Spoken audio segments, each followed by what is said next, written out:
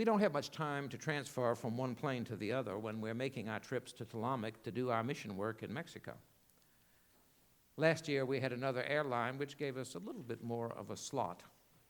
But before, when we were flying with Continental, we would get off and we would get our baggage and we would rush as quickly as we could through the terminal to get on the subways, to get to the next concourse, and to get on the plane, and very often it would be just at the last minute. Well, I got left behind somehow or the other, and I noticed some of the suitcases of our people that had also been left behind. And so I thought I'd do a good deed, and I ran over and I picked up these suitcases. They were not the kind that roll. They were just fat, heavy suitcases. And there they were, and so I had 3 of them, 2 on this side and 2 this, and I'm running through the airport and getting on the subway, getting on the proper concourse, and getting out there, and getting up, and our people are just getting on board the plane. The plane's already loading, and they're waiting to try to give as much time to me as possible. And I said, "Oh, I'm so thankful that I'm here. I'm so thankful that it made it. Here are your suitcases." And they all said, "Those aren't ours."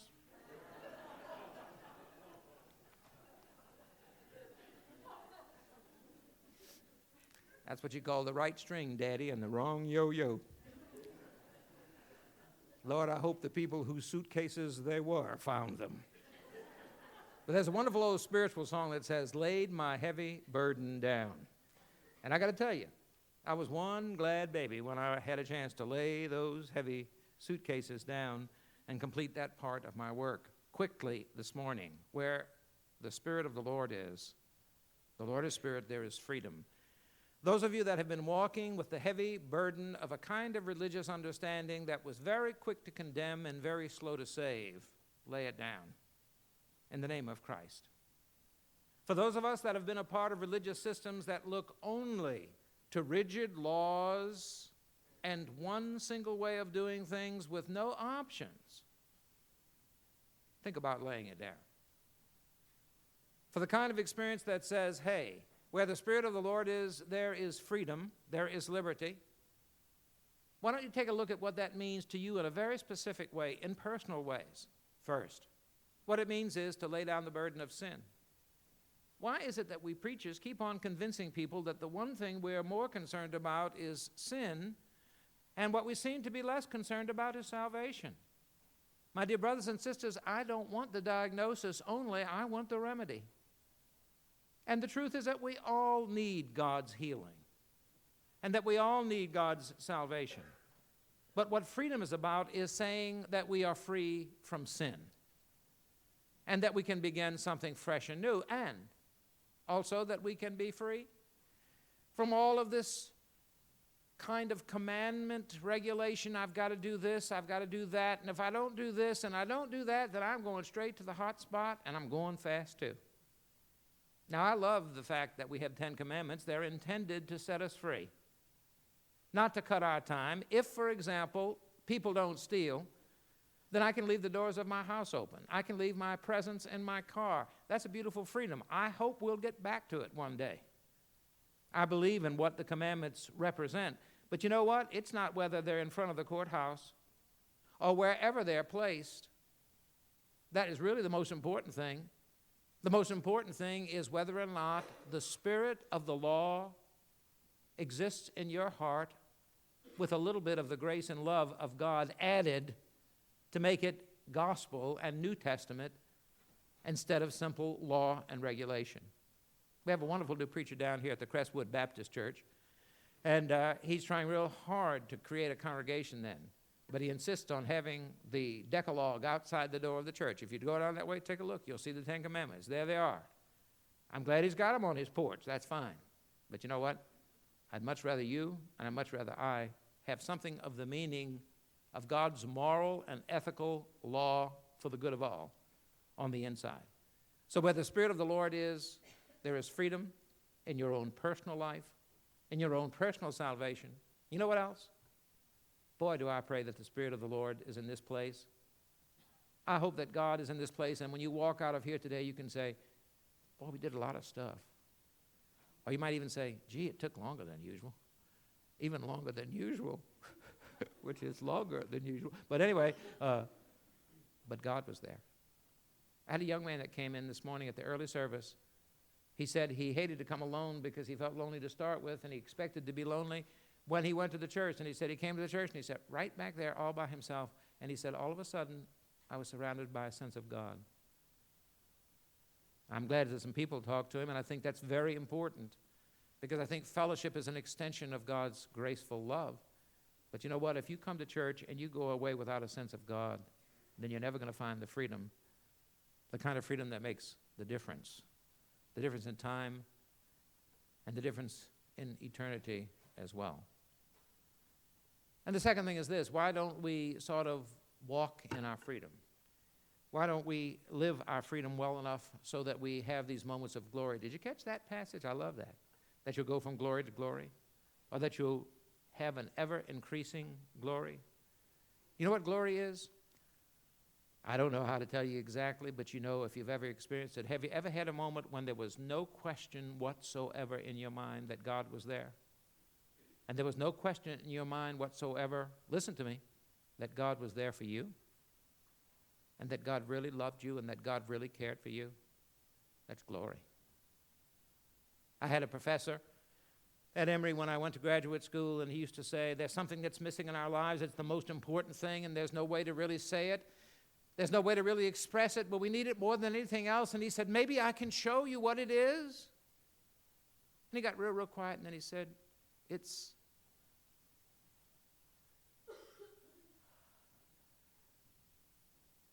that. It's Noel being baptized at the altar. It's Kimberly kneeling down and looking in your face. It's Jeff in his soft way saying, let's be the people of God. Let's don't just do church. Let's be church. It's Jackie singing from the center of her soul. It's Catherine hitting that high note. You can't hear it and not touch the edge of a glory. It's running into Jerry Hines coming out of the school doing a book buddy as I'm going in the school to do a book buddy. It's that gathering of people that'll be at the back door tomorrow morning somewhere around 8:30, and they'll stay till about 11 o'clock to come to get their weekly groceries that we get. I want to say it again. You've heard it before. Some people say, don't give them anything. Some of them are actually alcoholics and drug addicts and just homeless people. That's exactly what some of them are. And I want to tell you something, folks. As God gives us the opportunity and provides the provision, we will feed them. We will reach to them. We will love them. Every time I come by, they say, what'd you preach on yesterday, preacher? And I give them a little sermon on the way in. And they're wonderful because some of them say, oh, good. And some of them say, or let you know in uncertain terms. Hey, there's a little glory there. There's a little glory there. There's the glory in the girl that we buried here not too very long ago, that had a life of addiction and never had found a full recovery and died very unexpectedly. And her sponsor brought her little chip up and said, she only had a month, but she had a month. Some of you understand that better than others. There's 1,000 things that could be said. So many of you making your contribution to a larger glory, the glory of a loving listener, the glory of a man or a woman that puts up with the likes of a lot of us, the glory of a people that are willing to listen to others even when those who do the speaking are broken and fragile and have their own difficulties. That's glorious. Walk in the freedom that gives you the glory that you can live in, that makes a difference. One other thing, and we're done. For heaven's sakes, don't lose heart. Did you catch that? I love that. Therefore, since through God's mercy we have this ministry, we do not lose heart. Listen to me. Question. Serious. It's for you. You ever find yourself not ready to get up in the morning, look at the day? You ever get to the place where you say, I don't know if there's anything left for me to do? You ever have the feeling like maybe I don't have anything that I do that matters very much? I like the way Shane Stanford on the Methodist Hour Radio says, go be salt and light. Remember, you make a difference. I don't know if you know that or not, but you're supposed to, and you need to hold on to it. Don't lose heart. Sometimes the world is tough. Sometimes it doesn't compute well. Hold on, because God doesn't let you go. You might let God go. Our youngest daughter is going through a very bad period now. Some of you know that she's had 2 years now of chronic and continued and extreme pain. As a result of that, she's got pretty depressed, and we've talked to her a lot of times. I would have to say this if she was sitting here today. And not long ago when I talked to her, she said, Daddy, I said, yeah, baby. How's it going? She said, the music's gone out of my life. I said, what, baby? She said, the music, it's gone.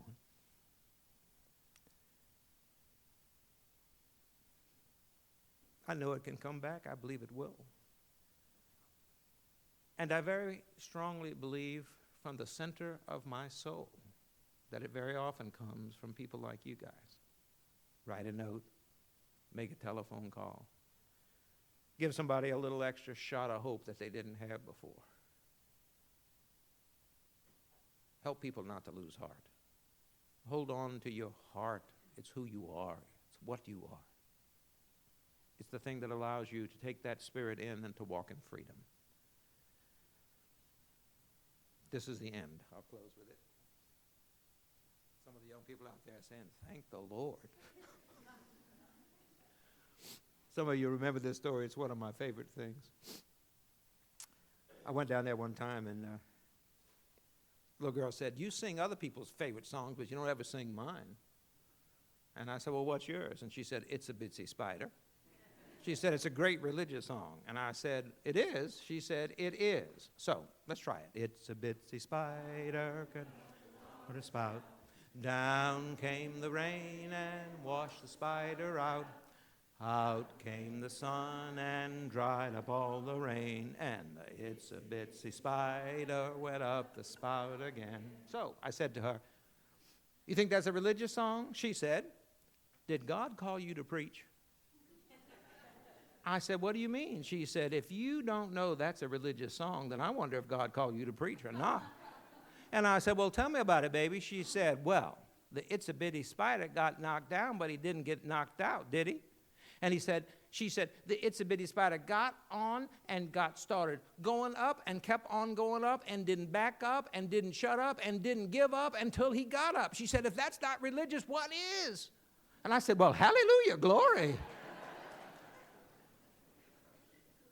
If the music's gone out for the moment, remember the band's still playing, and you play an instrument, and you're a part of God's eternal song. And so lay down the heavy burden and take on the freedom and the spirit that can truly set you free. Give you peace on the inside and on the outside. The closing song is Let There Be Peace on Earth. There will be communion right back here. Miss Anna will be serving communion for those of you that would like to stop at the little exit station back there. Let's stand as we sing. What's the number? 230?